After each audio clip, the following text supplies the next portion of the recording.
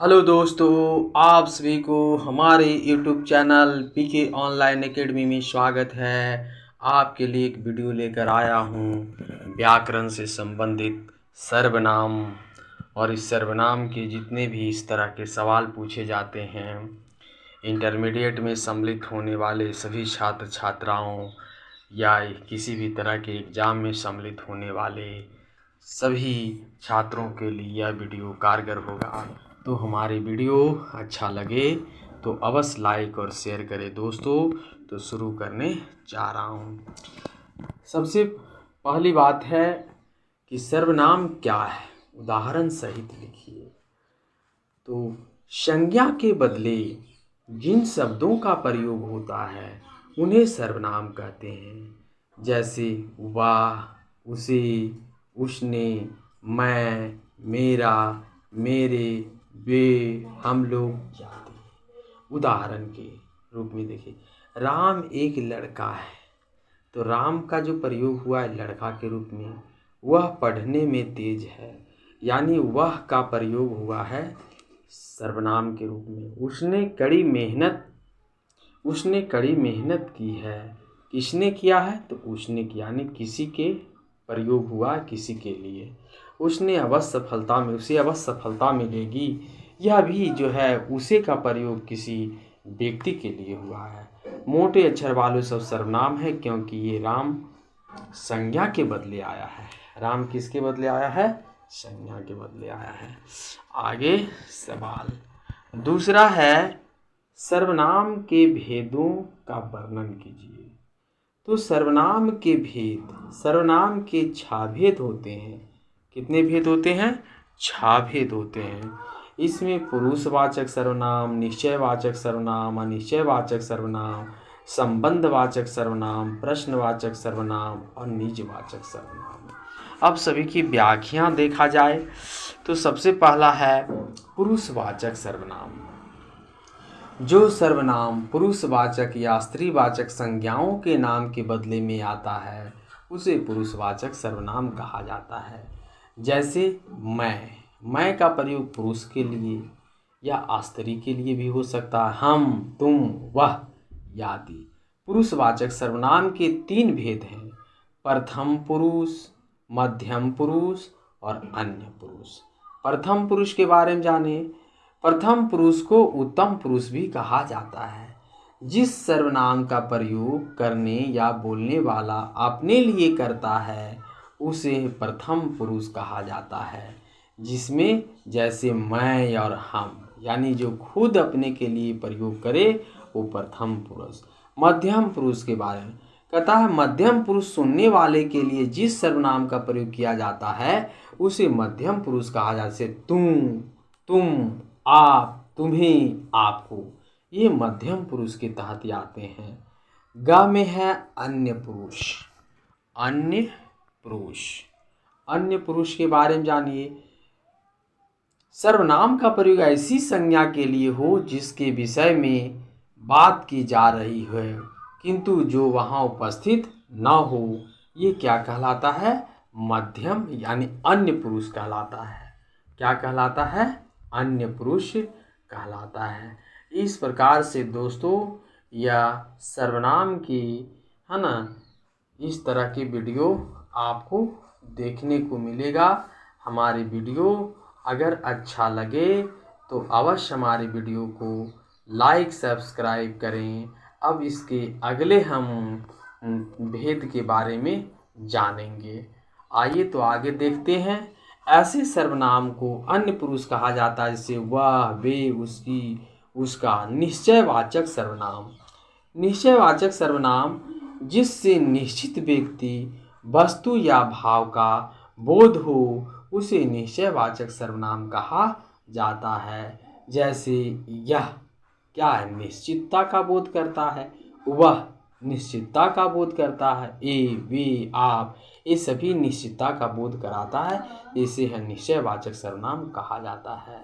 अनिश्चयवाचक सर्वनाम जिससे किसी निश्चित व्यक्ति, वस्तु या भाव का बोध ना हो उसे अनिश्चयवाचक सर्वनाम कहते हैं।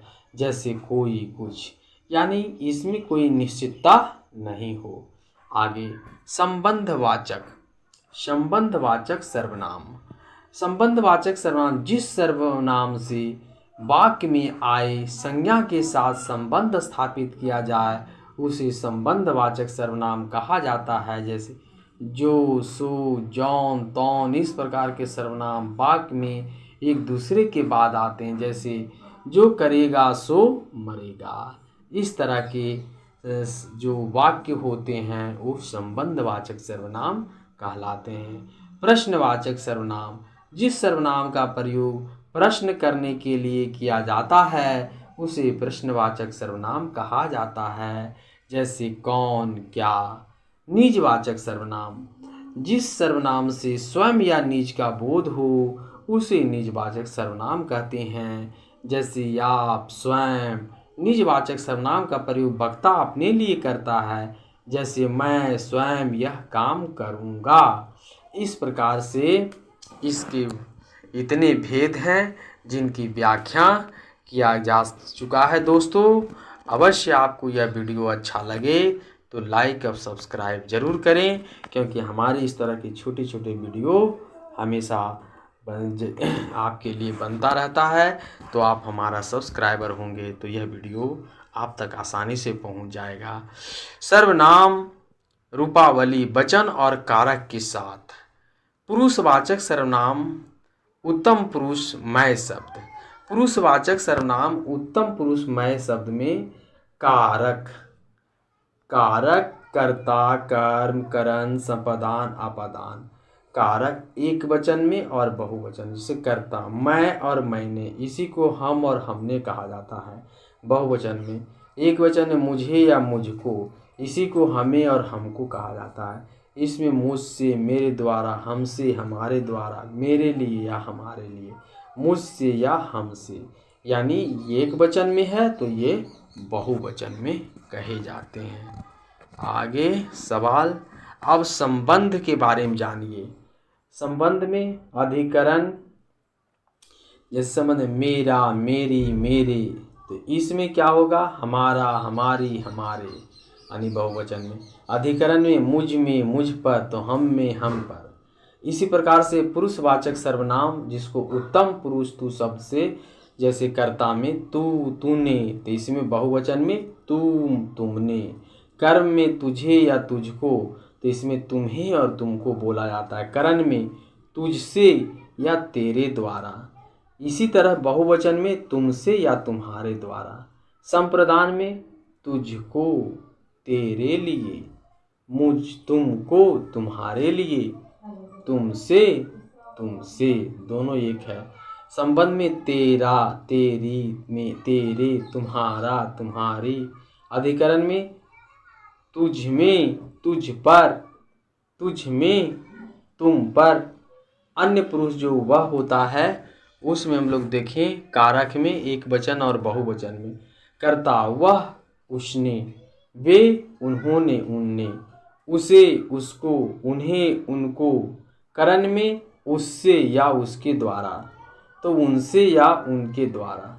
संपादान में उसको या उसके लिए, उनको या उनके लिए। अपादान में उससे या उनसे, बहुवचन में यही बात उनसे हो जाता है। संबंध में उसका, उसके या उसकी, इसमें हो जाता उनका, उनके, उनके, यानी कि बहुवचन में। अधिकरण में उसमें या उस पर, उनमें या उन पर। इस प्रकार से इसके आदर सूचक वाक्य। आदर सूचक वाक्य देख लीजिए, इसमें क्या क्या है कर्ता के लिए। जैसे एक वचन में आप या आपने, इसी को बहुवचन में बोला जाता है आप लोग या आप लोगों ने। कर्म में आपको या आप लोगों को। करण में आपसे या आपके द्वारा, इसी को आप लोगों से या आप लोगों के द्वारा। संपादान में आपको। कर्ता ने कर्म को करण से, अपादान से, संबंध का के की, अधिकरण में पर, है ना। इस प्रकार से जोड़ी गई बात है। तो आगे आप में अधिकरण, तो आप पर, आप लोगों में, आप लोगों पर, यानी आप लोग पढ़े होंगे। कारक के जो विभक्ति होती है कर्ता ने, तो यहाँ देखिए ने लगा हुआ है। कर्म को करण से, आपादान अनिशापादान को लिए या के लिए, आपादान से, संबंध का के की, अधिकरण में पर ये विभक्ति है और इसी विभक्ति पर से इसमें आदर सूचक वाक्य बनाए जाते हैं। आगे निश्चय वाचक यह भी है कर्ता, यह या इसने, ये या इन्होंने, इसे या इसको, इन्हें या इनको, करण इससे या इसके द्वारा, इनसे या इनके द्वारा, संप्रदान इसे इसको इसके लिए, इन्हें इनको इनके लिए, अपादान इससे या इनसे, संबंध इसका इसके इसकी, इनका इनके इनकी, अधिकरण इसमें इस पर, इनमें इन पर। इसी प्रकार वह शब्द का रूप भी यह की तरह चलता है। यह में यह का और ई होता है और वह में वह या उ अतः वह के स्थान पर उस हो जाता है। कोई अनिश्चयवाचक, अब कोई अनिश्चयवाचक में देखिए क्या होता है कर्ता। कर्ता जो है अनिश्चय मतलब क्या होता है, जो अनिश्चितता का बोध कराता है। तो अनिश्चितता का बोध करता है तो क्या इसमें कोई, किसने एक वचन में, इन्हीं को बहुवचन में कहा जाएगा किन्हीं ने।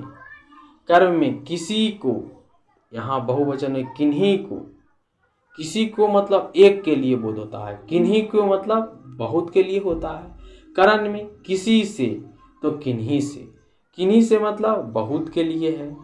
संप्रदान में किसी को एक के लिए, लेकिन किन्हीं को या किन्हीं के लिए कई लोगों के लिए कहा। अपदान में किसी से, इसी को बहुवचन में किन्हीं, किन्हीं से मतलब बहुत से लोगों से। संबंध में किसी का, किसी मतलब एक का, इसी को बहुवचन में किन्हीं का या किन्हीं की। इसी प्रकार से अधिकरण में किसी में मतलब कोई एक में, किसी पर यानी कोई एक पर, और इसी के किन्हीं में यानी किन्हीं पर मतलब किसी भी पर, कई पर। ऐसी भावना, ऐसी शब्द का रचना इसमें किया गया है। तो अनिश्चयवाचक में कारक के जो विभक्ति हैं उसमें एक वचन और बहुवचन में जो शब्द दिए गए हैं ये आप समझ गए होंगे। दोस्तों एक बार फिर से देख लीजिए। निश्चय में, अनिश्चय में आपने देखा, आपने निश्चय में देखा। निश्चय के मतलब होता है निश्चितता का बोध कराने वाला, और इसी प्रकार से आदर सूचक में होता है स्वयं अपने शब्दों के लिए प्रयोग करने के लिए, जैसे आप, आपने, आपको, आपके लिए, इस तरह का होता आदर सूचक वाक्य होता है। इसी प्रकार से पुरुषवाचक सर्वनाम में, जिसमें पुरुष किसी व्यक्ति के लिए शब्दों का प्रयोग करता है। तो इस प्रकार से आपके लिए यह वीडियो बहुत ही कारगर है। अवश्य हमारे वीडियो को लाइक और सब्सक्राइब करें दोस्तों। Thank you all of you.